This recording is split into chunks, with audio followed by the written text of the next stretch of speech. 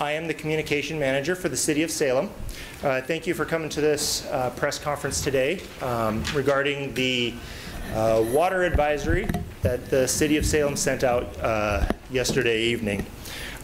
You all should have a copy of the agenda.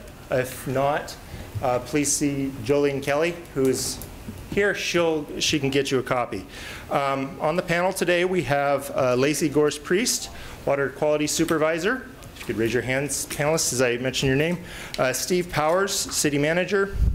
Greg Walsh, Salem Emergency Manager.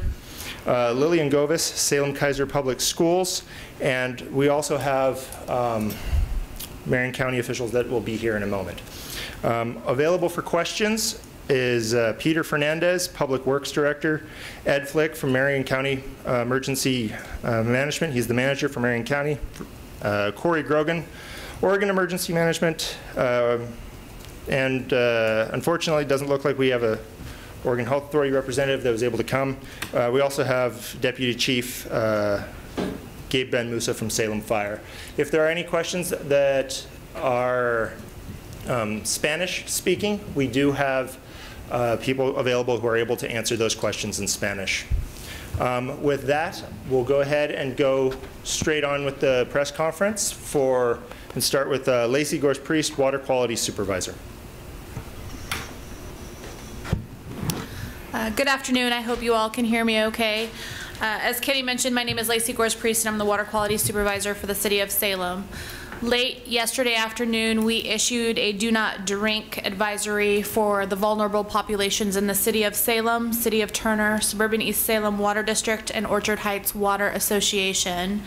This was based off of low levels of cylindrospermopsin and microcystin, which are cyanotoxins that were found in our treated drinking water. These toxins are created by algal blooms up in the watershed in Detroit Reservoir and in the North Santiam River. Sampling results that were received on Saturday and Sunday indicated that there were traces of these cyanotoxins in the finished drinking water, which prompted consultation with the Oregon Health Authority and the EPA yesterday to discuss going into public notification to ensure that our public was aware of the presence of these cyanotoxins and to allow them to make decisions for themselves and their family on whether or not to utilize bottled water. The vulnerable community that is affected by this advisory are children under the age of 6, people with compromised immune systems, people receiving dialysis treatment, people with pre-existing liver conditions, pets, pregnant women or nursing mothers, or other sensitive populations, and the elderly. At this time, healthy adults are able to drink the water, the tap water, without any problems. The levels of these cyanotoxins are below the health advisory for adult populations. We sampled our water distribution system, the Guerin Island Water Treatment Facility, and in the watershed Sunday, Monday, and yesterday. Today, we will continue to sample tomorrow as well. We are waiting for those results to come in tomorrow. We anticipate results will be in by midday tomorrow, which will indicate if any of the treatment modifications that were made at the Guerin Island Water Treatment Facility have helped mitigate the presence of these cyanotoxins within our water treatment facility. At this time, I have no further update other than we will receive information tomorrow regarding the results, and we will share that information as appropriate.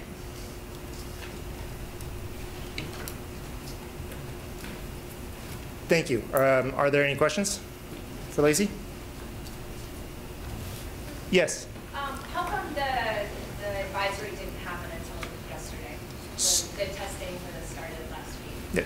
So Steve Powers, City Manager for the City of Salem, will be able to respond to that.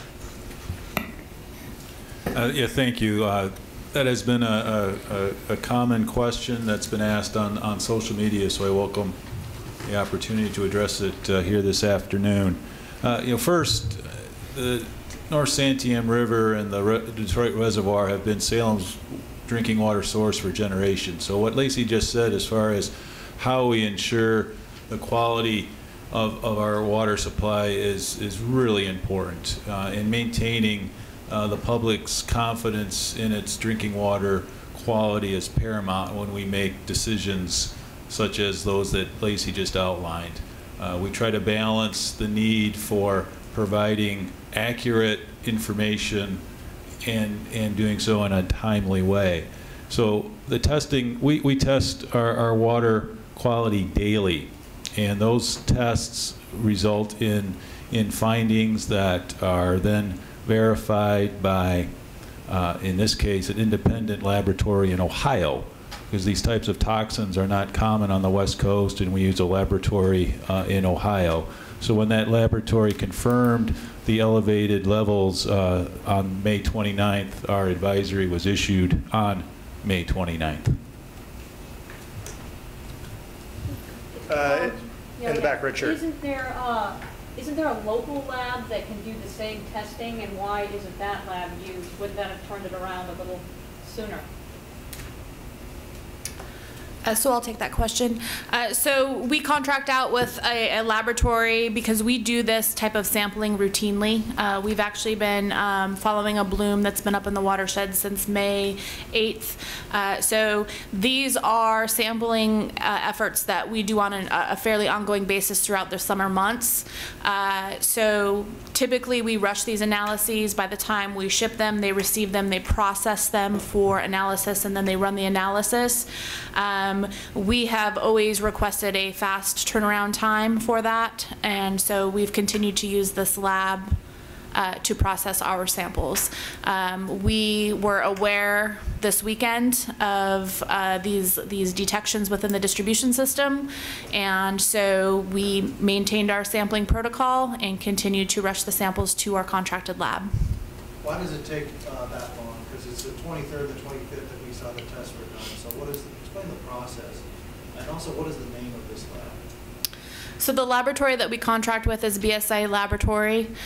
We also have a subcontracted lab that is at Texas A&M that runs the second methodology used to determine the levels of cyanotoxins in the water, which is the LC tandem MS methodology. So essentially, we're pulling samples throughout the day. We're shipping them out overnight. We coordinated this late last week for the labs to actually receive samples at their homes, to be able to bring staff in over the holiday weekend to run this analysis for us. In talking with our laboratory that's running the LCS tandem methodology for us, it's taking them all day and utilizing all of their staff efforts to process the City of Salem samples, and then they run overnight, and then we receive the analysis the following day. When did you first learn about the algal bloom, and have you been drinking water from the city since then? I'm drinking City of Salem tap water right now. Okay, and when did you first learn about the algal bloom? There's been a bloom in Detroit Reservoir since May 8th, and we've been triggered into toxin sampling since May 8th. The difference is we're sampling up in the Detroit Reservoir watershed. We're sampling in the North Santiam River. We're sampling at our water treatment facility at Guerin Island. And then we're also sampling at the entry point to our water distribution system. Once we saw the detection above the health advisory at the entry point to the distribution system, we then moved into sampling in the distribution system itself per consultation with the Oregon Health Authority. So the situation is continuing to evolve as we've seen these latest results in, and we've adapted our monitoring based on those results. So were the testing results confirmed on the 25th or yesterday? So let me clarify the process for that. So the data that we received from the laboratory on Saturday had the results for Thursday, the 23rd, and for Wednesday the 23rd and Thursday the 24th of May. So we received that notification on Saturday. Testing results that came in and confirmed the detection in the distribution system were sampled on Friday, and we received those results Sunday. So not the 29th? Correct, not the 29th. We were in consultation with Oregon Health Authority throughout the weekend, and then yesterday we looped in the Environmental Protection Agency as well as the head of the drinking water program to discuss the procedure for public notification and discuss how we were going to proceed with that, and then moving forward to the release of the press release yesterday afternoon. You're a 24-hour organization, round the clock, every day. Why was the decision made if you received those confirmation results on Saturday and Sunday? And I presume the EPA and OHA are available on the weekend in their 24-hour operations. Why was the decision made to not announce this issue until late Tuesday afternoon?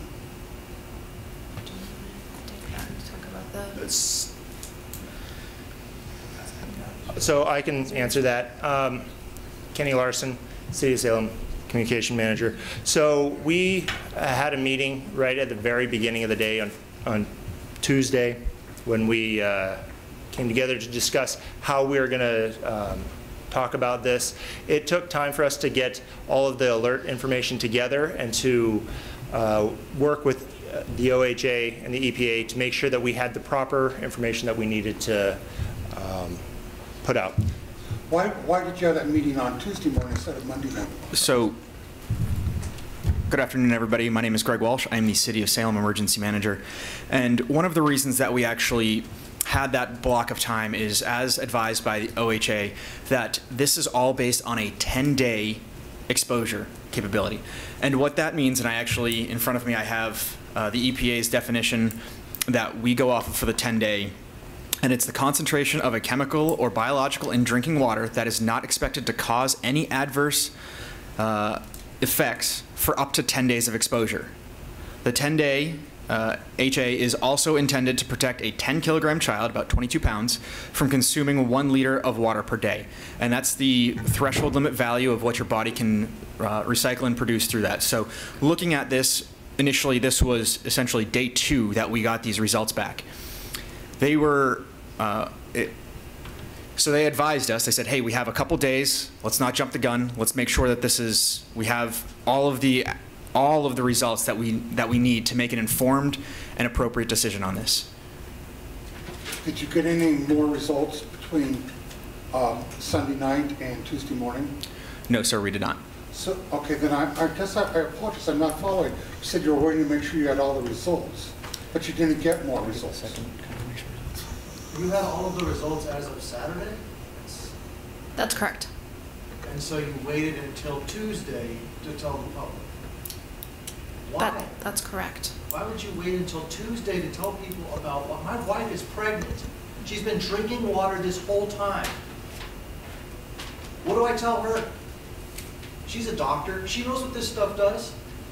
I'm livid over this, and I'm not alone. Why did you wait to tell my wife and me? My wife's pregnant. She's due in like 2 weeks. What do you say to her? I want to know. I'm not just being a reporter right now. I live in this city. What's going on with that? Why didn't you tell us? I think that's a question we're all struggling to understand. This essentially came as an advisory from the Oregon Health Authority. We had discussed, initially when we got the results, we had a discussion, and the discussion came back of, we were advised that it's a 10-day threshold. Within a few days, we don't expect to see any adverse effects. And without more details and more samples and actual results, we couldn't make it an additional informed decision.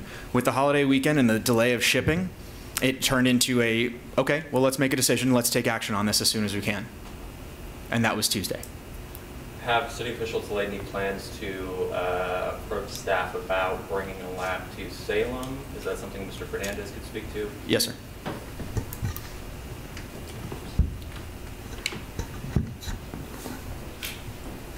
Yeah, thank you. Peter Fernandez, Public Works Director. We do not have the capabilities currently. This is algae blooms and algae toxins are an emerging issue. This is the first time we have ever detected it inside of our water system. So I have asked our lab manager to give us to do some research as to what it would cost to bring that kind of capability into our laboratory, and I expect to have that information hopefully by tomorrow to see just kind of just level of cost and effort. It's not just the equipment, but it's training and certifying the staff to be able to do that.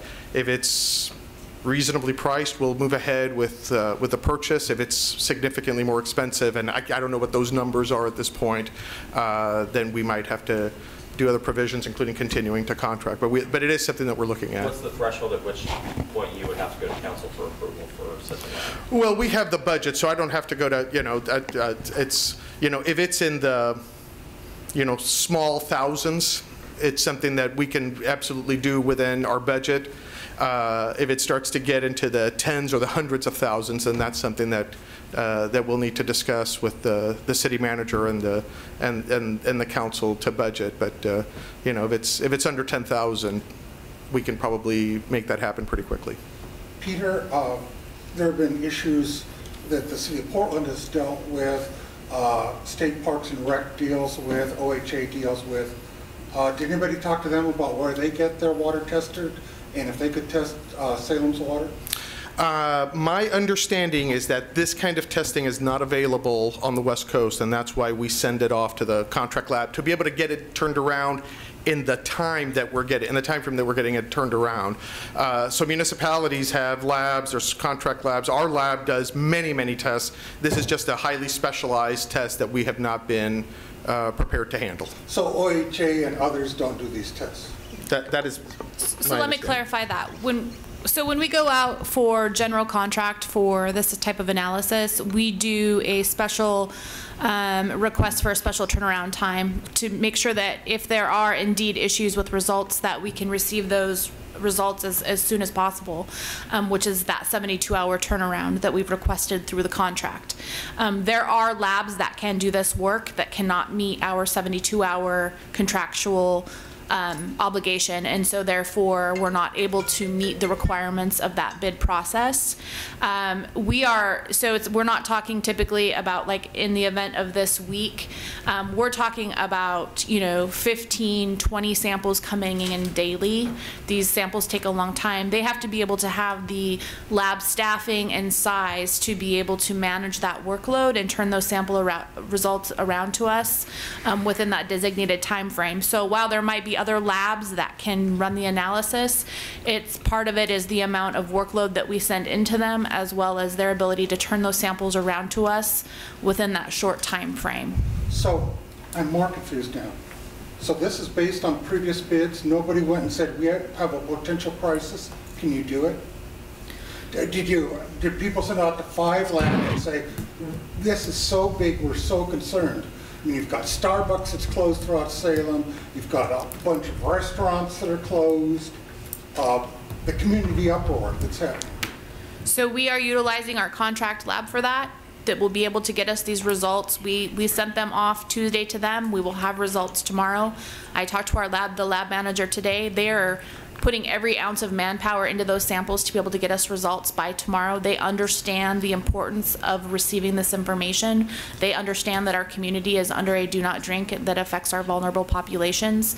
So they're well aware of what is happening here, and they're committed to getting us the information as soon as possible. This is an expensive feat. This is a large workload that we're sending to them, and we're in the midst. Why it happened over a holiday weekend. We're getting the results on Saturday and Sunday. It is a difficult task to try to try to contact folks from any agency on a Memorial Day weekend to be able to track them down, get them information, and try to figure out who else we could send these labs to. We did coordinate with the Oregon Health Authority that was able to work with the lab that they send samples out to, which was Lake Superior. We pulled duplicate samples and we sent to their lab as well, in addition to the laboratory that we sent to. So we did send out to an additional lab to confirm those results from our lab as well. So I can understand the frustration that there is in getting this delay of results, but unfortunately, you know, we have to send these through a certified lab, and you know, this is as soon as we're able to get the results back from that lab. With the do not drink invite. Yeah, she's had her hand up quite a while. Yeah, just to clarify, and I think there's obviously a lot of nerves, but you're saying that according to the state health authority, Oregon Health Authority, that they're saying you have to be exposed to these toxins for 10 days before there's any adverse effects, before any adverse effects can happen. Is that? So I think maybe Marion County Health might be able to answer, I'm hoping. The health advisories are set up on a 10-day exposure window, and the health advisories, as I understand from EPA, are calculated so that the actual levels are below what you would expect adverse effects to occur. So in other words, you're not expecting adverse effects to occur based on that 10-day window. And does that apply for pregnant women as well? I mean, if she was drinking it for 10 days. Right. So there are certain vulnerable populations that we probably would recommend not come into contact with this water. But I don't, and it's hard to know exactly how long they've actually been exposed. And it's hard to know what the actual health effects might be. There's not a lot of information available. However, most of the acute effects would expect to be gastrointestinal type of things, nausea, vomiting, and that sort of thing. And they are relatively short time frame lasting. 24 hours is the time frame that I saw. So those would be the main concerns up front for an acute exposure. To clarify what you just said, so people may already have been exposed for more than 10 days? Well, we don't know. I mean, we're measuring the water at a certain point in time, but the calculations are based on, the health advisories are based on a 10-day exposure window. So with residents rushing to get water and water running out across the city, at what point does the city step in and say, hey, we will help you procure water, we'll find reserves? All right, I am happy to speak to this. So this is something that we've actually been working with Marion County. Ed Flick is here with us, and the Office of Emergency Management. And we have been working with a number of our public and private partnerships in order to start looking at a water distribution network. Part of what we're looking at is the results for tomorrow. Is if we get results tomorrow and the advisory continues, then we will instantly activate points of distribution for water. We have a number of companies that have also reached out to us, including Walmart, Winco, Grocery Outlet, and Costco, as well as a number of the other smaller grocery stores, Safeway and Roth's, that have identified that they will be receiving shipments throughout the day today. Some of them, including Costco, is expecting 6 to 7 trucks of water today. So between a large push from these, basically the wholesale distributors, and as well as working with some of our other opportunities to leverage some of the partners from different cities and towns throughout the Marion and Polk counties, that we are actually looking at setting up points of distribution for water for those people that need it. Where would those points of distribution be and how many? Those are, we're working on the evaluations of those right now to actually find out the best points of distribution for that, and we need to see what additional tasks we'll have to do if we're going to be out driving it, or if we're going to set it up as places for people to come, and whether it's you have to bring, for example, your own jug, or if we have cases of water. And where would that water be coming from? Would it be bottled and just handed out? Or? Some of it may be bottled, some of it may be purified through different purification systems. So, but would it be Detroit Lake water that would be purified, or would it be coming from other jurisdictions? It's going to be a mix. We have talked about some well water. We have talked about some of the some of the filters that actually do. It's a reverse osmosis filter, which is designed to remove a lot more, but it is a smaller capability. So that's why it's not something that we actively leverage. Do those reverse osmosis filters filter out these cyanotoxics, though? That we know of. I am not. I can't specifically speak to that. I'm not a engineer for those, but is that something you can speak to? There are treatment techniques through different filtration methods, such as reverse osmosis or nanofiltration, that have proven to be effective at removal of cyanotoxins.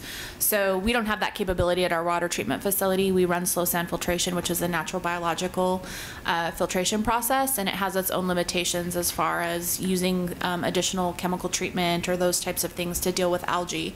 But there are opportunities to use a reverse osmosis system or some other type of high-level filtration system to help remove or reduce those levels significantly. In the past, the National Guard has come in with tanker trucks. Maybe not in the recent past that you're familiar with. Is that an option this time? So again, we are working with Marion County, Polk County, and actually moving up through the Office of Emergency Management. Corey is here if we have additional questions.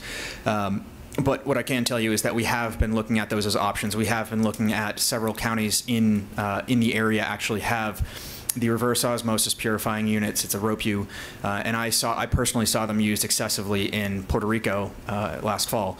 So they are a high capacity, and it's a reverse osmosis water purifying unit. We are looking at potentially bringing those down, and we're actually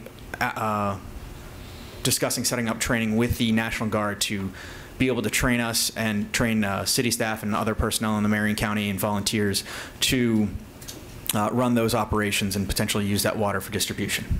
Is there anybody out enforcing price gouging laws or rules? Because we're seeing water on OfferUp and on Craigslist for outrageous prices, and hearing reports about people paying astronomical prices for water. Steve Power, City Manager. No, there's not. We issued an advisory to vulnerable members of our population to enact the types of regulations that you just asked about would require a declaration of an emergency. We're not close to that point, and depending upon the results of tomorrow's tests, hopefully we won't be at that point. We'll have to consider what, in addition to the water distribution planning that Greg mentioned, certainly if the results come back and the advisory has to be elevated, we will consider other precautions regarding water supply. With both this and the Detroit Dam proposal to draw down the Detroit Lake for a U.S. Army Corps of Engineers project, are there any kind of safeguards that the city's considering for protecting the city's water supply? Because this is kind of the 1-2 punch over the last, I would say, year. Right, as Peter Fernandez is coming up, and he can speak to some of the planning that's been going on. Again, the Santiam River, the Detroit Reservoir have been Salem's water source for generations, and we need to keep a long-term view toward protecting and using that water supply, and we have to do so in a way that balances a cost with that protection. Yeah, so again, Peter Fernandez, Public Works Director. Yeah, we have already made investments in aquifer storage and recovery. So we have wells out at Woodmansee Park where we take water in the winter, store it at Woodmansee underground, and then pull it out when we need it over the summertime. So we expect that system to help us. It's helping us right now, but help us when the Corps does do their project. We're also doing a lot of work towards creating other well fields in town so that we can tap some of our groundwater rights that we own in West Salem and East Salem to be able to bring that water to bear. That is not going to be enough water to run the system on its own over many months, but it is a system that, once fully implemented, could provide us enough supplementary water for several days, or in conjunction with having to turn Guerin Island on and off. So that's what we're looking at, and that's what we look to implement over the next couple of years and augment over the next couple of years to address that issue and these other issues as time moves on. If algae blooms become more common, if drought becomes more common, any other issues, then having a groundwater backup source is what we're looking at this point. So the reverse osmosis truck, is there any timeline from when that will be here? And is there anywhere, like if you could just answer the question a lot of people might have, like where can I find water right now that I can drink? Well, again, for the vast majority of the water systems customers, you can drink the water. You can drink the tap water. So that's where you can find waters from your tap. Yeah, but not if you meet these criteria, so where do those people find water?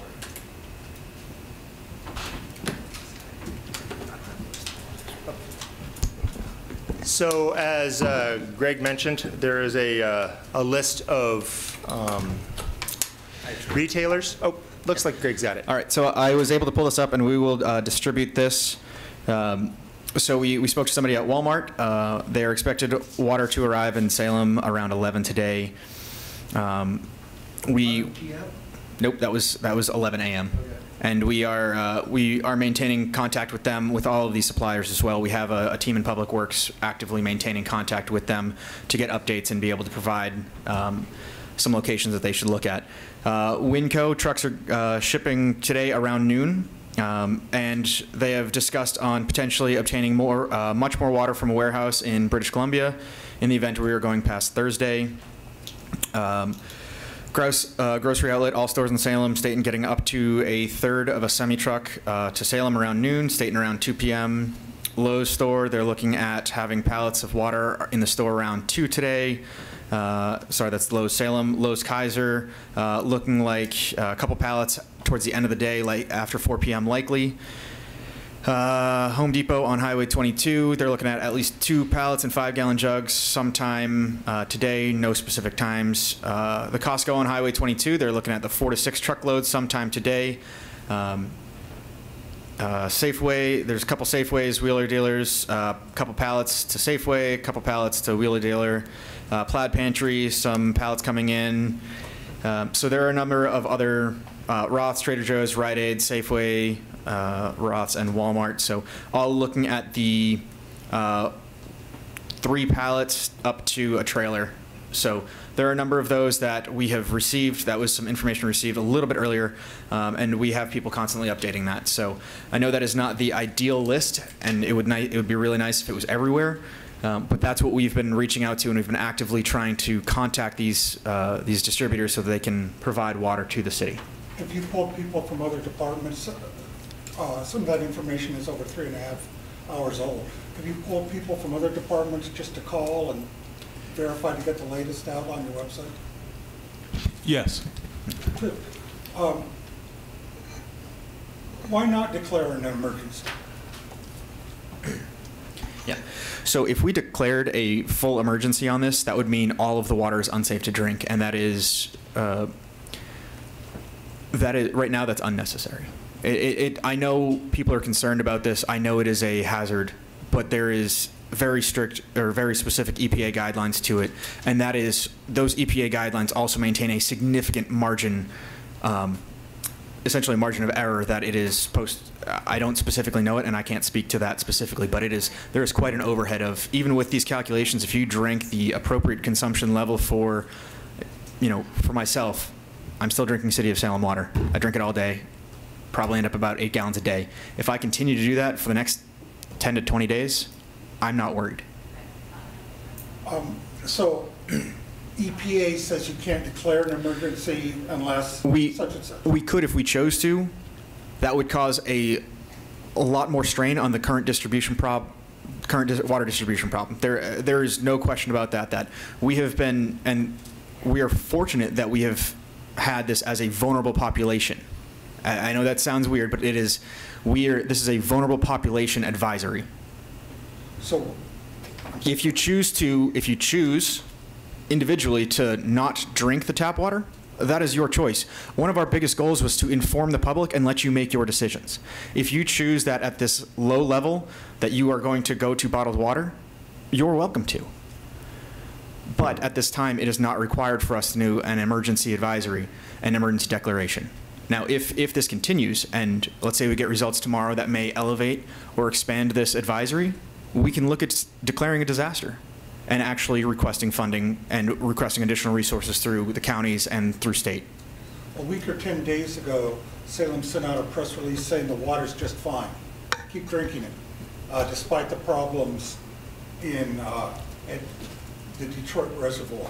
Was that a wise thing to do, as opposed to saying we're testing to find out if it's fun? So that press release was sent out to avoid alarm at the time. I don't believe, or we didn't believe that the water was an issue. And Lacey can speak to the specifics of that measurement. So the information provided in that press release was based off of the information that we had at that time. We are aggressively monitoring because of the bloom, and because this is a natural occurrence, these blooms are naturally occurring.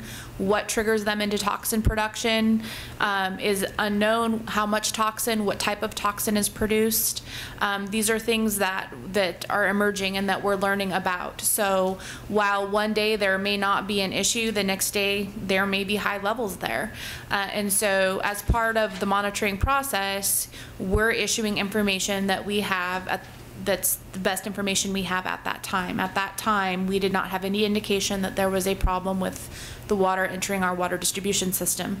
That has changed based off of this information, thus the public notification was issued. And surely you recognize how that has undercut public confidence in what you're doing now. What? Oh, go ahead. So if I could speak to that. As Lacey mentioned, we're giving the most accurate information we have when we have it. So at that time, that information was correct. Once we received new information, we issued a new notice. What happens, like, right now? Is the city treating the water, or do you just have to let it kind of, like, take its natural course and wait for those levels to go down? And then another question is once the water is safe for those vulnerable populations, do folks need to run their tap water to get that water then out of their home systems and that sort of stuff? So I'll speak to the first question that you asked regarding the treatment process. Algae can cause a variety of problems on our treatment system. It can cause clogging and filtering, clogging of our filters, which can limit our production. Algae can cause taste and odor issues, and algae can create cyanotoxins. And so we are always paying attention to what's coming downstream to us and making modifications at our treatment facility. Throughout the last week, we made modifications throughout our treatment process to be able to mitigate for what we anticipated coming downstream to us. This included receiving water from the city of Kaiser. So we have a Salem Kaiser intertie system. So we've been getting groundwater supplied to us from the city of Kaiser. We also activated our ASR, our Aquifer Storage and Recovery Well system in South Salem to help introduce that water into the system. We have been changing the process around at Guerin Island, which is what the dialogue with OHA has been as far as trying to attempt to mitigate for these in the presence of the distribution system and trying to understand which treatment process is working and which treatment processes are not working. So we've been doing that throughout this last week as well. And as far as the second question, you're going to have to remind me now what it was. Once things are cleared up and it's safe for those vulnerable populations to drink, are folks at home going to need to, like, run their faucets to get that water out, or I guess next steps for homeowners and folks who live in apartments and things? Yeah, absolutely. So that is a question that I would like to consult with the Oregon Health Authority on. However, I see no harm in turning water, once this has moved through the system, turning the water to the cold water side for a few minutes, flushing that out of your internal piping, no different than if we were experiencing, an odor issue or a discoloration of water issue, but you're essentially moving that water from your internal plumbing and replacing it with fresh water from the main line that serves the property. So, there's certainly nothing wrong with moving through that activity following a good set of results that confirm that these toxins are no longer present in the system. So Detroit Lake has had toxic algae blooms a number of times in the past. Correct. Do you have a sense of why was this one just more potent, that it made it downstream while others haven't, back in 2015 and 2017? So that is a fantastic question. As we mentioned earlier, the monitoring of harmful algal blooms, or HABs, in the Detroit watershed has increased substantially over the last 8 or 9 years. Initially, City of Salem started monitoring for algal blooms back in 2010, and we were at that time primarily focused in the type of algae that were up there and their ability to clog our filters and limit production. Since then, the issue of cyanotoxins has really come to light, and I'm very proud of the very aggressive, robust monitoring team that we have in the watershed that are looking at these algal events and monitoring for cyanotoxins, because currently we're not required to do so. We do this out of the best interest for the City of Salem and understanding what is in our watershed and understanding how effective our treatment process is at removing this. So these monitoring for these cyanotoxins is not a requirement from the Safe Drinking Water Act. We choose to do this monitoring because we want to be ahead of the game and understand what's happening up there. The toxin production is dynamic, just like the blooms. Every year we're up there looking at the type of algae, how much algae is up there. The speciation of the algae changes from year to year. The types of toxins that are produced change. So one year it might be a very heavy cylindrospermopsin toxin count, and the next year it might be microcystin. These are dynamic systems and they change, and we're doing our best to understand what's happening up there through our own monitoring, so that we can be prepared when this does become a regulatory issue. So when you find it up there, does it trigger testing of Salem's water, or is that already taking place? So essentially how our watershed monitoring team works is, beginning in April, we have staff that's dedicated watershed staff. They go up on a routine basis. They'll be up on Detroit Reservoir on Tuesdays sampling the reservoir. They're looking at areas of the log boom. They're taking depth profile readings using a YSA data sonde to understand where the most prevalent algae are throughout the water column itself. And then they're looking at arms of Detroit Reservoir. So they're looking at Heater Creek, Blowout, Brighton Bush, and they're doing a visual reconnaissance mission essentially, and they're getting water quality data.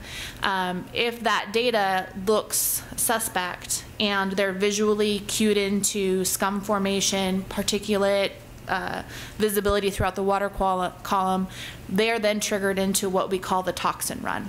So the guidance from OHA says, well, you can see scum formation, then you can move right into toxin monitoring, or you can do counts, and if your counts are high of certain types, then you can go into toxin monitoring. We bypass that. We do all of it. So we collect algae ID and enumeration samples. We collect toxin samples. We're collecting them at those locations where we see bloom activity on the lake. We collect it at the depth level that we see at the log boom where there's activity.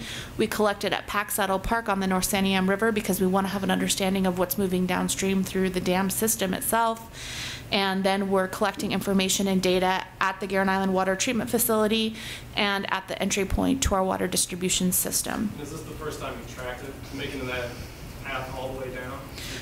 No, we've seen toxin production in the watershed. We've seen toxin in the North Santiam River. These have been at very low levels. We've seen them in our water treatment facility before. This is the first time that we've seen a level at our entry point to the water distribution system, which was above a health advisory level as established by the EPA. Because of that, we then triggered into looking at what was in the distribution system above and beyond just the entry point to our system, so that triggered our staff into additional sampling within our water distribution system. So we're looking at a huge variation in samples, everything from the reservoir to the river, the treatment facility, and then finished or treated water. So we're trying to get the full picture of what's happening and how independently these things are changing as it moves throughout that dynamic system. Gotcha. This is the first time it's happened. I mean, this is like a first, I guess, for the algae. I mean, those toxins making it into the water system at a level that could be harmful to. Making it into the finished water, yes. That is what has triggered us into consultation with the Oregon Health Authority and the EPA. So one thing I want to make sure that we get a chance to hear, because I know residents are interested, is from Lillian Govis from the Salem-Keizer School District and what the school district did. So when we received word that this was a possibility, we immediately began checking our supplies in central storage and with our food services, and we're able to make a distribution of 30,000 water bottles last night for all students pre-K through first grade. We also identified our medically fragile students, both in those self-contained classes, but other students who might need some additional services, about 200 additional students, and secured water for them, and then began engaging our partners. At this time, we will be delivering 46,000 more bottles of water to our schools tonight. We've got 12 crews who are out working. That will supply our schools pre-K through first grade, as well as those medically fragile students and staff members who may be nursing our teen parent program with water to get us through the week. And actually, as I was walking out the door to come here, I just got a phone call from Nestle, and they were donating 75,000 bottles of water to the school district for this event. Like I said, we have identified additional students. We also reviewed our process for meal preparation for breakfast and lunch, and all meals were either prepared with bottled water or did not require water for production. So we will continue that process through the end of the week to ensure that all students and staff remain healthy regardless of their condition. I have a question for Dr. Landers. As you can tell, I'm a fat old guy with high blood pressure. Does that mean I'm vulnerable population? And I'm not really asking about myself, but there are all these people out there who I think are asking for themselves, what is a vulnerable population? And am I one of those vulnerable populations? Our family, my wife works at a hospital, we made the decision to get into our vast storage of bottled water and start drinking that. Right, so the vulnerable populations that have been identified for the health advisory are typically people who are immunocompromised or any way, so their immune systems don't function well, pregnant and nursing women, and potentially because of exposure for the baby, and people who are on renal dialysis and who have liver problems, because some of the toxins can have effects on the liver. So those are the specific populations that we're sort of looking at that we want to be protected in the event that they would have an exposure. So Lillian, if the school district does run out of water, obviously there's the generous donations from Nestle and other partners, and other ways in which you're procuring water, but if you guys do run out of bottled water, is that just snow days? Well, there are only 10 days left of school. No, we have enough water to get us through Tuesday of next week. At this point, we've engaged our procurement process and are working with large wholesale distributors, Coca-Cola, Mineral Springs, et cetera, to secure more water. And even if we don't use it for this event, we'll be able to put it in our central storage and use it for future events if necessary. So it sounds like you feel confident you have a surplus of water at this point. I wouldn't call it a surplus, because I don't know if you've been in a school when they're handing out water bottles. Suddenly people get very thirsty. So I wouldn't call it a surplus by any means. We want to make sure that we have enough water in case this doesn't take the direction that we're hoping that it will, and we need to supply more students with water. So we are trying to make sure that we can continue our operations as scheduled. I have a question for Peter, and I may be the only one who's interested. Before you ask, could I just say a couple more things about the vulnerable populations? I neglected to mention the very young children. So those are children under 6. Those are also be considered vulnerable. And don't forget about your pets. Actually, pets have the highest risk from exposure to these type of toxins, higher even than humans. So individuals should be watching out for their animals. Peter, Salem has an unusual water system, and please correct me if my memory is wrong, but it's sand filters, not a traditional treatment plant. Would a traditional treatment plant, I mean, this issue's come up so many times, and I don't know what the answer is, but would a traditional treatment plant have caught this? Does this mean you should look at doing anything differently with the current filtration system? Right, so our system, which has been in place since the mid-1930s, is a slow sand filter system. It is very common in Europe, very uncommon in the United States. And the reason it's uncommon is because we have excellent source water and have enjoyed excellent source water since the 1930s when that plant was first built. It is an excellent way to treat good source water. It is the least expensive way, the most economical way to deliver finished water to the community. So we intend to continue that, and to continue that means that we have to continually watch our source water, our watershed, and be vigilant about what's going on. Lacey's talked about the robust testing that we do up there, so we need to be vigilant of that. Unlike the city of Portland, who owns their watershed, we don't own our watershed, so we're reliant on the Forest Service and the communities up there to help us and be vigilant and keep it as clean as possible. Would a reverse osmosis plant or an ozone plant take care of these toxins? We believe that they would, but that's not the way we're set up. Rule of thumb numbers that I was hearing about last week is to build a new plant that has those capabilities are $3 to $5 a gallon, and we need 35 million gallons a day in the winter, 50 million gallons in the summertime. So we'd be looking at a $200 million investment that the community would have to bear, not the federal government. So we really want to do this and then see if we can augment and do some other things like groundwater wells and other things to continue to produce water in an economical fashion. Good finished drinking water, but in an economical fashion for the community. Sir, you've had your hand up for a very long time. I was wondering, because I went online this morning and there was quite a few people that were saying they couldn't find any water, and they had babies, they had young children, things like this. Has anyone announced to them that if they have friends in Kaiser or family in Kaiser, that Kaiser water is perfectly safe to drink?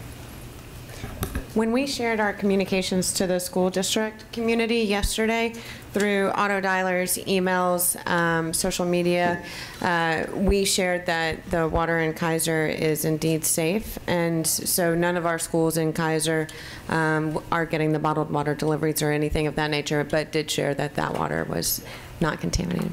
And the Kaiser Chamber of Commerce actually posted what stores and what facilities are offering for people to come in and fill up, and there's neighbors and people who are on well water that are offering, they're putting signs in front of their houses that are saying, hey, come fill up at my well. Is there anything on City of Salem's like Facebook page or website? So we will be posting that information promptly. Thank you. Thank you. So thank you for all your questions. It's been a lot of good questions here. If you have any additional questions, we're happy to talk to you individually. And thank you for coming.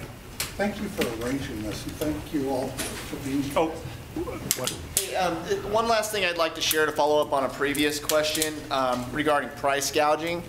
That is something that the state's tracking on, and our partners at the Department of Justice do have a plan in place for that through ORS 401.965, and it says that merchants or wholesalers may not sell essential consumer goods or services for an unconscionably excessive price during a declaration of abnormal disruption on the market.